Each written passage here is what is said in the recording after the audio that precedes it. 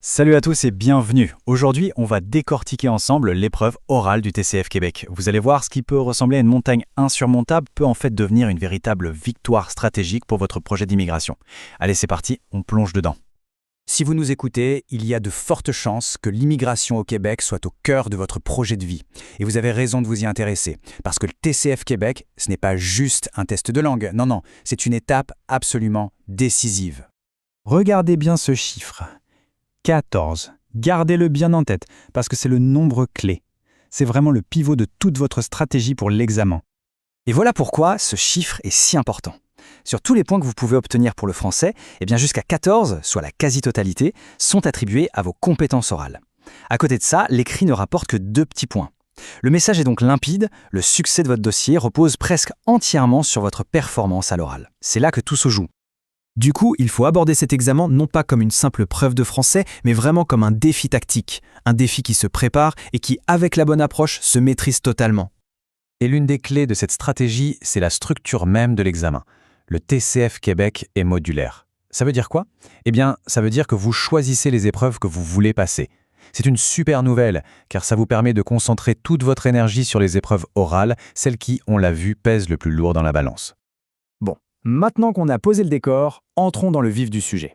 On va déconstruire cette fameuse épreuve orale, parce que bien comprendre sa structure, c'est la toute première étape pour la maîtriser. L'épreuve orale, elle se déroule en 3 temps. D'abord, un entretien dirigé, ensuite un exercice en interaction, et pour finir, l'expression d'un point de vue. Chacune de ces tâches a un but bien précis et va tester des compétences bien différentes. La première tâche, c'est un peu le tour de chauffe. C'est le moment de briser la glace. Vous avez 2 minutes de conversation avec l'examinateur où le but est simple, parler de vous, de votre quotidien, de vos projets. C'est un échauffement, mais un échauffement contrôlé. Et le secret ici, c'est que même si la conversation doit avoir l'air spontanée, les thèmes, eux, sont super prévisibles. On va vous parler de votre routine, de votre travail, de vos loisirs. Donc, avec une bonne préparation, cette étape devient une entrée en matière que vous maîtrisez sur le bout des doigts, ce qui est génial pour prendre confiance. Attention, pour la deuxième tâche, la dynamique change complètement. Pendant environ 5 minutes et demie, ce n'est plus l'examinateur qui mène la danse. Non.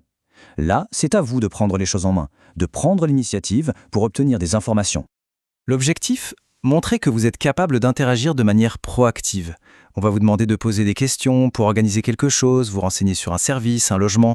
Bref, vous passez d'un rôle passif à un rôle vraiment actif dans la conversation.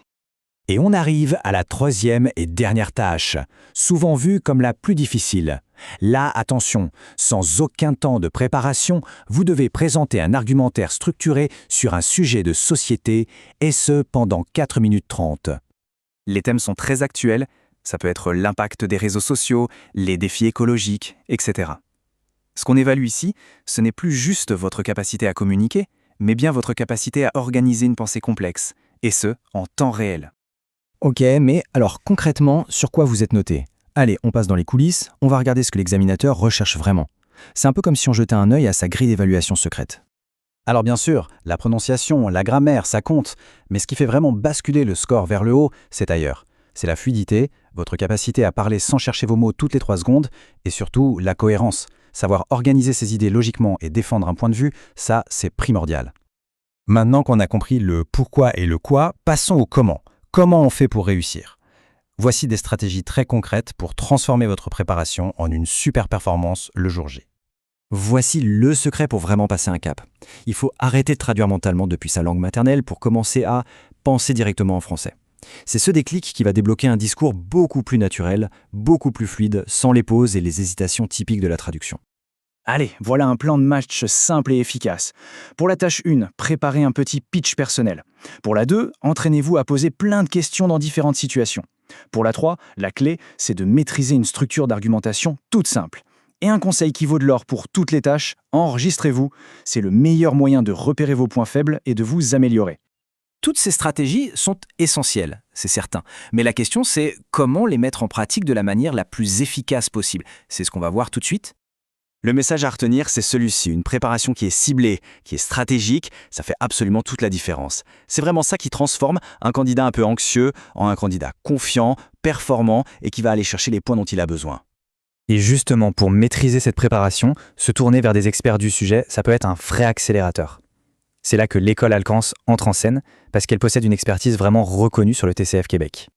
Pour ceux qui cherchent un accompagnement bien structuré, Alcance propose justement un cours préparatoire qui a été conçu spécifiquement pour cet examen, pour guider les candidats étape par étape vers la réussite.